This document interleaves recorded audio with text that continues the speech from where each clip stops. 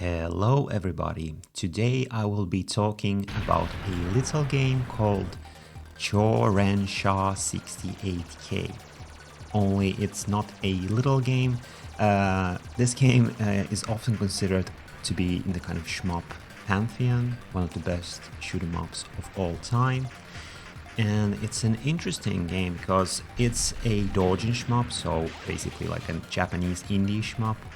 From 1995, and I believe it was originally released for the kind of Sharp 68K home computer.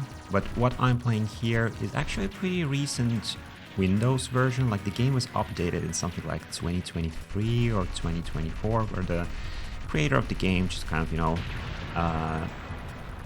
updated the game, did some work on the background graphics, I believe. There's like a replay system, there's an auto fire, thank God. So it's a free game, so you can go and download it right now, and for me at least it worked perfectly. So Cho Ren Sha is a game that I've been aware of for a long time, basically since I've gotten into shmups, because like watching or reading like these best shmups of all time lists, Cho Ren Sha tends to appear on a lot of them.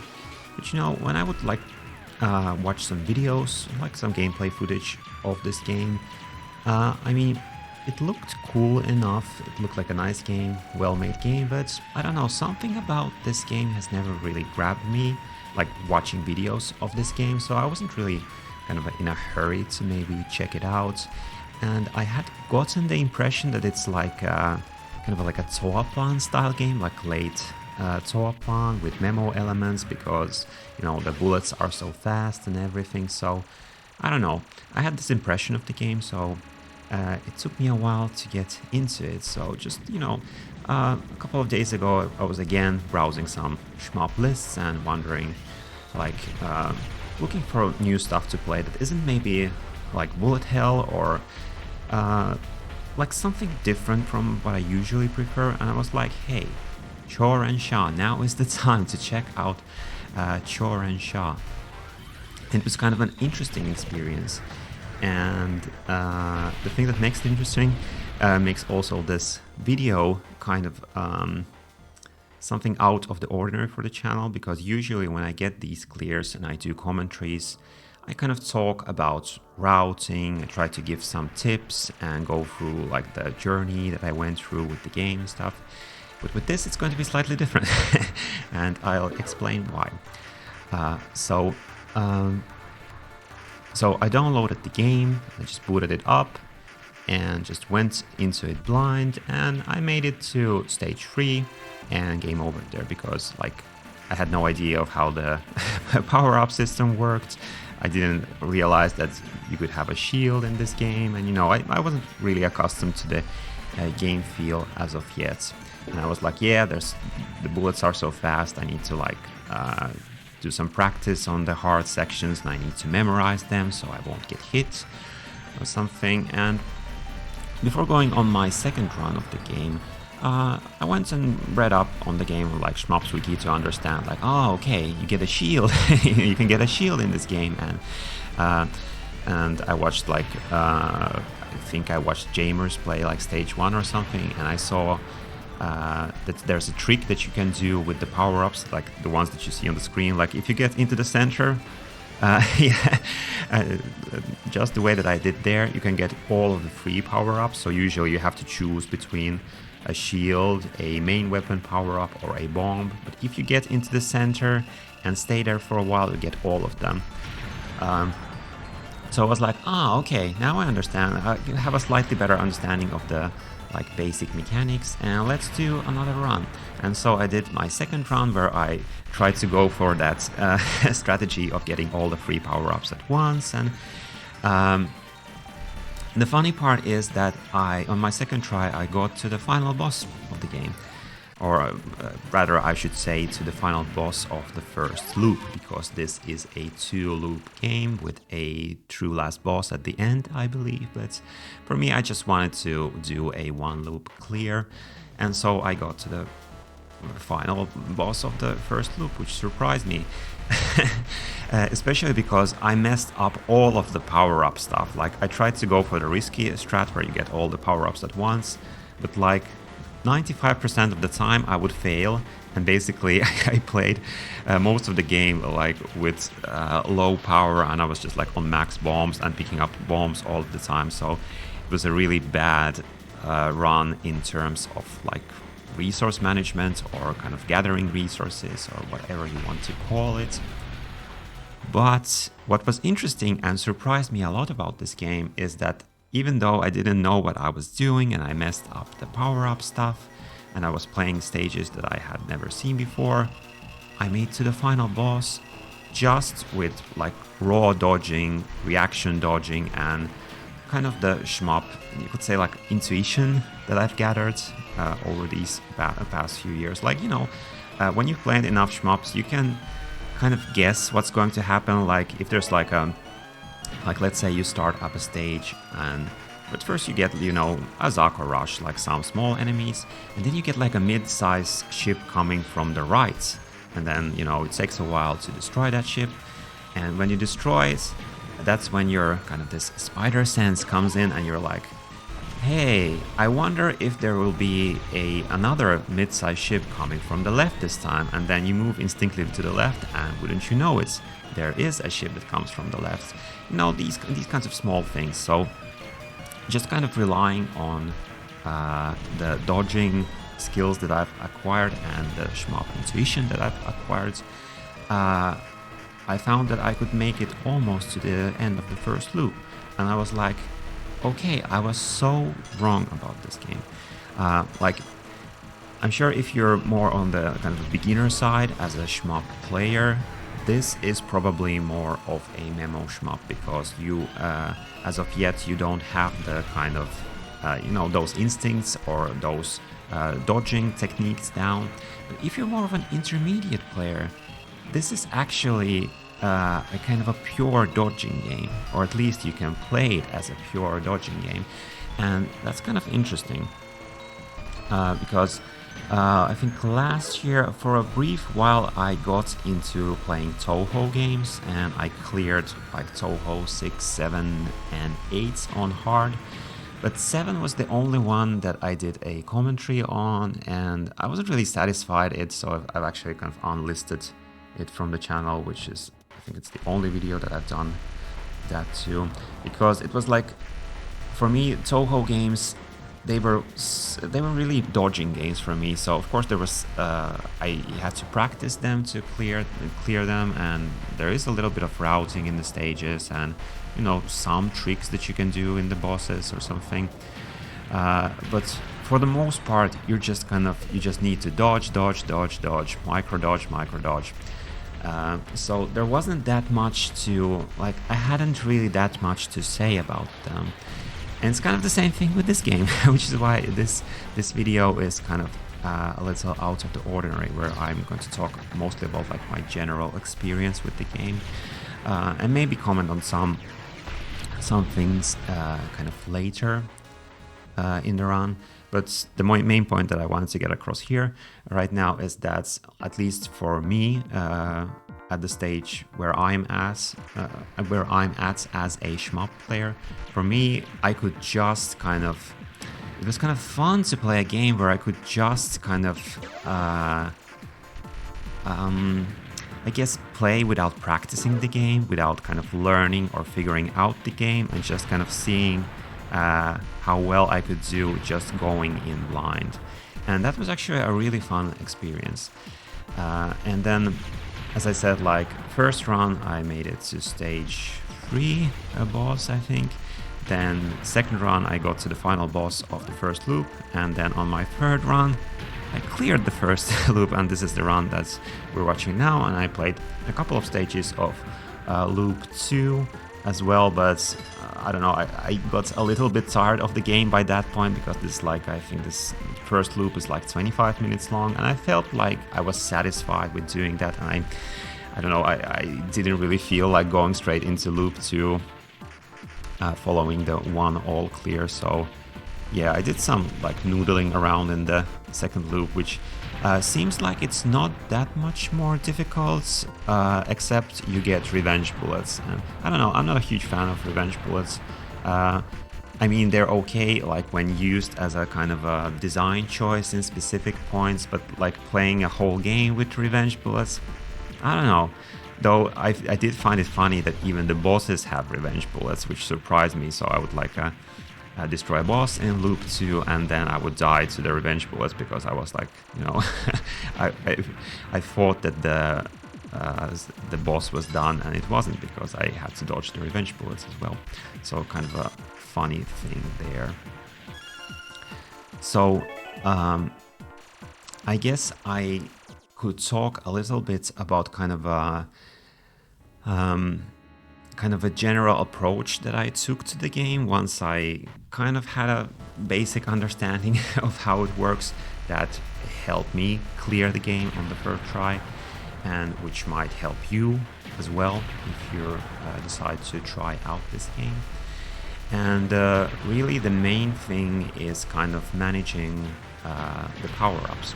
Actually, I kind of enjoyed the, you know, what you call it, like the power-up loop in this game, because each stage has quite a few like power-up carriers, and every time that you destroy them, you get like a choice between 3 things. So you can power up your main shots, you can take a bomb, or you can choose to take a shield.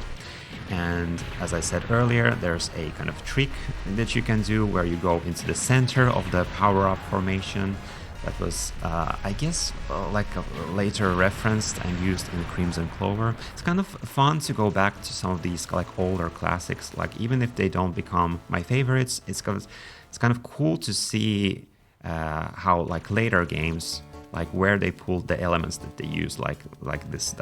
Obviously, Crimson Clover seems to use this very power-up system. Please correct me if I'm wrong, and this is from an earlier game, like this system. And I'm also seeing like, I think this game influenced like Zero Ranger too. But anyway, I was talking about the power-up. So the way that I found the method that worked for me is that in stage 1, I basically almost never try to go for the power-up trick where you get all the 3 power-ups at once, because you don't really need to unless you try to go for scoring. Because like in stage 1, I think in stage 1 you can power up your, I think there are 5 power-up carriers. So if you pick up 4 main shot power-ups, you get max power.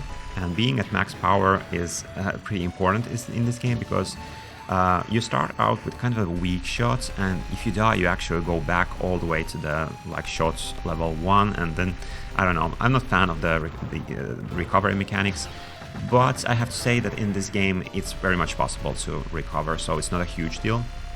But anyway, in stage 1, I pick up 4 main shot power-ups to power up my weapon to the maximum level, and then I pick up a shield, which is this purple thing, which I just grabbed there. So that's, you know, I have a shield, and the shield in this game allows you to absorb 1 hit.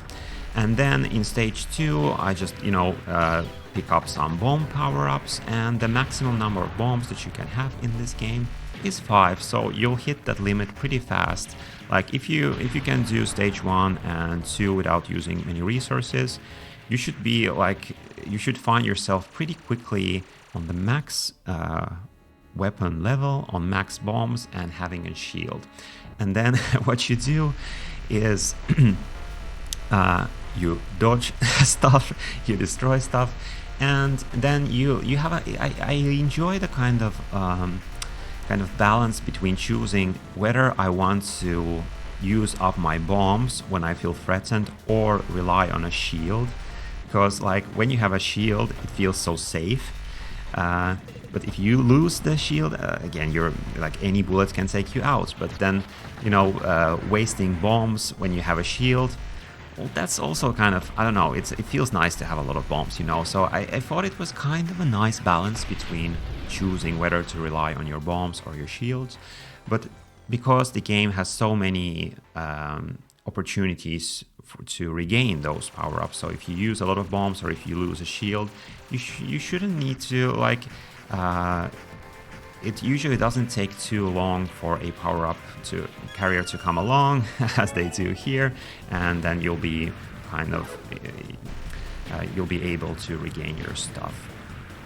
So that's what I relied on in this playthrough, just like, you know, trying to keep myself at max power and then like choosing between dodging with a shield and using bombs. And something that should be mentioned too is I think that in this game you can get like infinite extends, like you get an extend every million points that you score, and when you hit that million threshold, the next time that you destroy a power-up carrier while having a shield, you will have the option to choose a 1-up.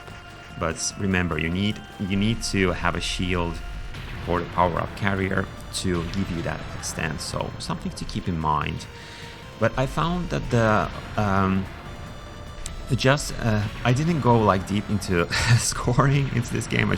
I just played for survival.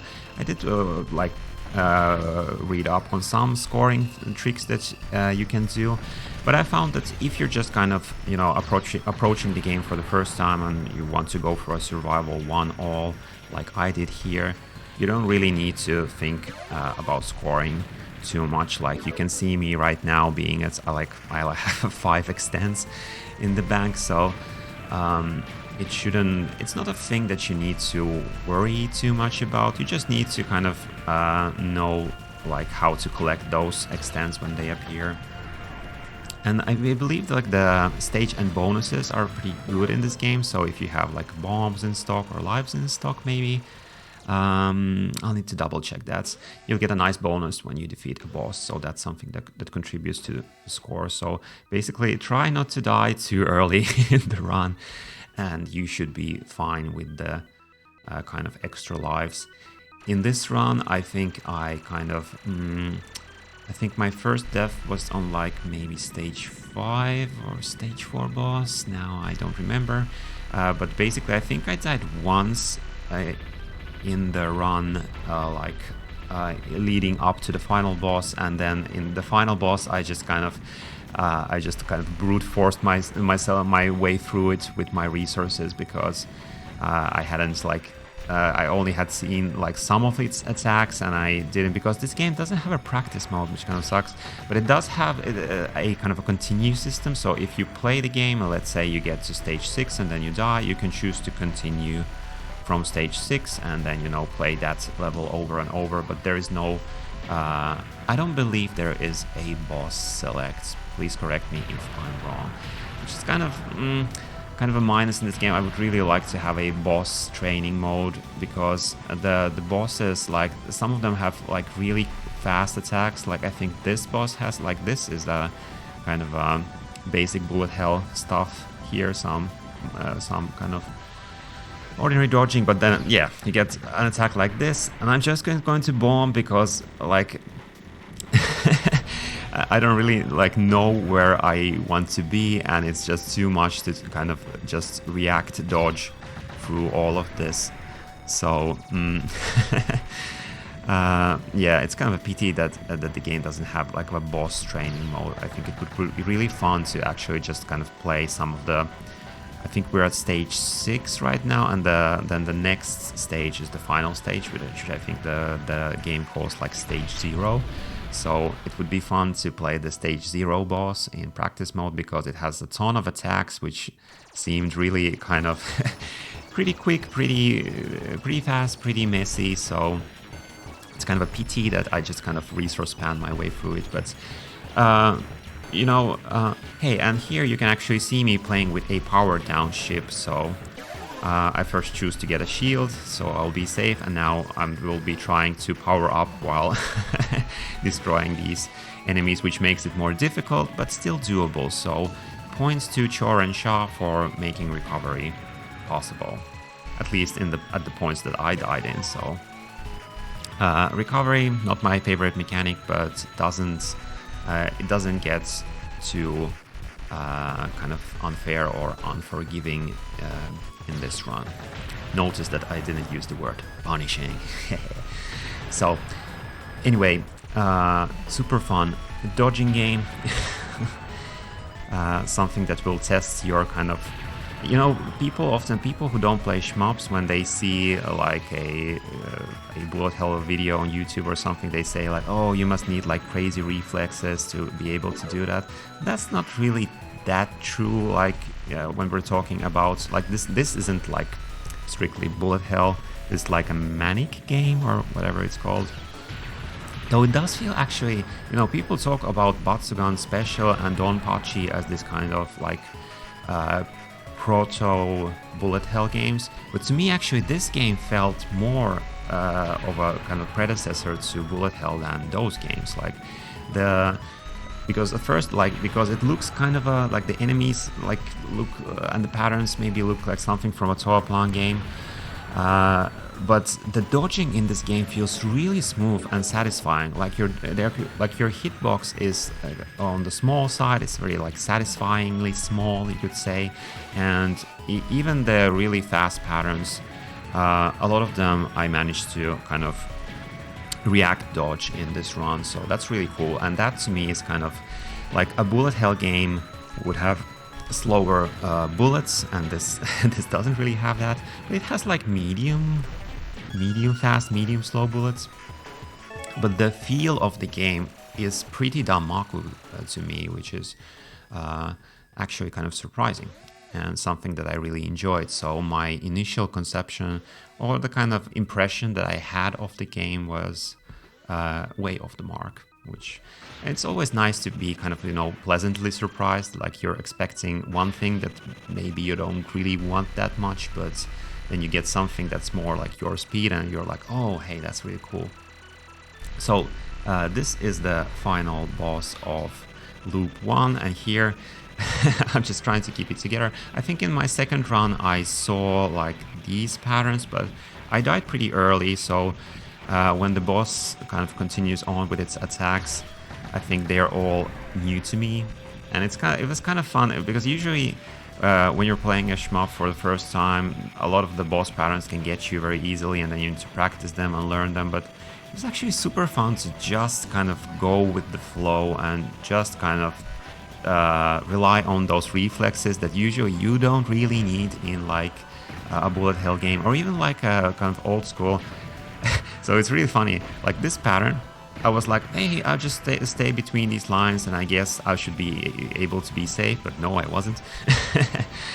But again, it was because I had accumulated those lives. I felt like relatively like safe, like maybe I could still do this if I keep it together. I didn't know for how long the boss would go on, and I decided to just bomb all the difficult patterns on reflex and just kind of tap dodge from side to side, which is again kind of a skill that you learn to do in shmups. Even if you don't see the patterns yet, you just kind of do it because you know that usually the patterns are designed where you can evade them if you just keep on tap dodging and stuff. So yeah, a lot of bomb spam here, so this is not a clean fight by any means, but also again, because there's no training mode, I don't know, I don't really feel like kind of grinding out the stage to learn this game properly. And you know, in general, this game was a really fun, like one playthrough game for me.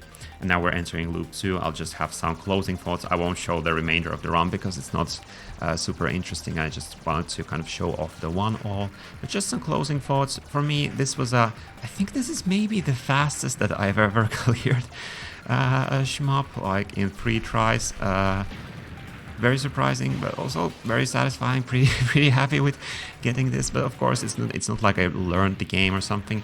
But it's also fun to like, because I've been doing like Daijo Loop 2 and stuff, and it's like learning a single stage for like 30 hours or something. It's kind of fun to sometimes play an easier game because it can be satisfying in a kind of a different way. It's kind of gives you that instant gratification, which isn't as deep as really going deep into a game and learning all of its quirks.